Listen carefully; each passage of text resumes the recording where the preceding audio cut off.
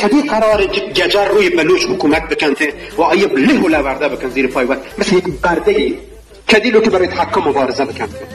خدا قسم قلبم درد کن وقتی که همچین حالاتی گندو تی بلوچ کدی غیرت کنه فقط بلده در مقابل وقت غیرتی بگه.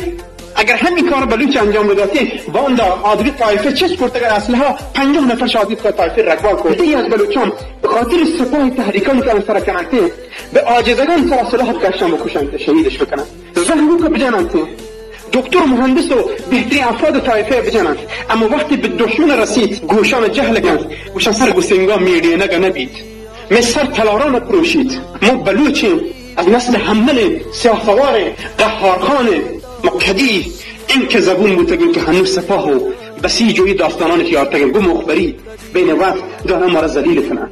خواهش کنم به وقت برگردید. عزت بلوچ بچارید.